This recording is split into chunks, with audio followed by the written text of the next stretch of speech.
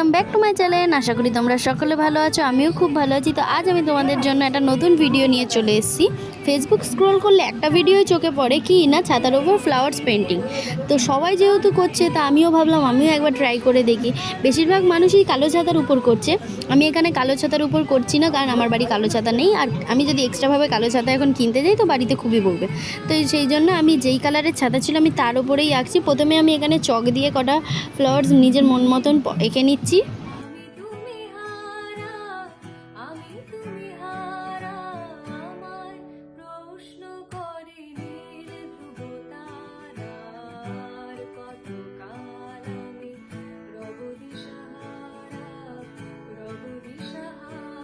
প্রথমে নিচটায় আমি কীরকম ফ্লাওয়ার্স বানিয়েছি আমি নিজেও বুঝছি না। তো প্রথমে আমি ওরকম বানিয়ে নিয়েছি, তার উপরে খুবই সিম্পল একটা ফুল বানিয়েছি। তো আমি নিজে করতে চেয়েছিলাম একরকম, এখানে হয়ে গেছে আর এক রকম। তো কেমন হয়েছে আমি নিজেও বুঝছি না, ভালো লাগছে কি খারাপ লাগছে। তো এখানে আমি এই আঁকাগুলো এঁকে নিয়ে এবার ফেব্রিক দিয়ে এখানে আমি কালারটা করব। কোন কালারটা এর সঙ্গে ফুটবে আমি বুঝছিলাম না, ওই জন্য এখানে আমি পিঙ্ক আর প্রথমে পিঙ্ক দিয়ে করেছিলাম, ভালো লাগছিল না বলে। তারপর সাদা দিয়ে ওই ফুলগুলো সাদা দিয়ে করে নিয়েছি।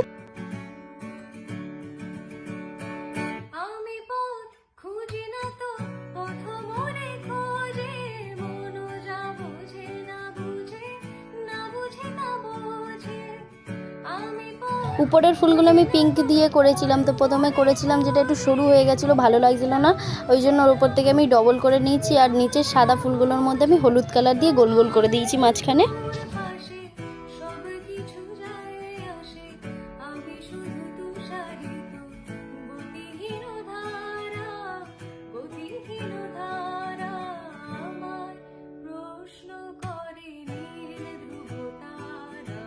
তো শুধু ফুলটা করার পর এখানে বড্ড সিম্পল লাগছিলো, ওই জন্য আমি এখানে হলুদ আর পিঙ্ক দিয়ে আর একটা ছোট ছোট করে এখানে ফুল এঁকে নিয়েছিলাম।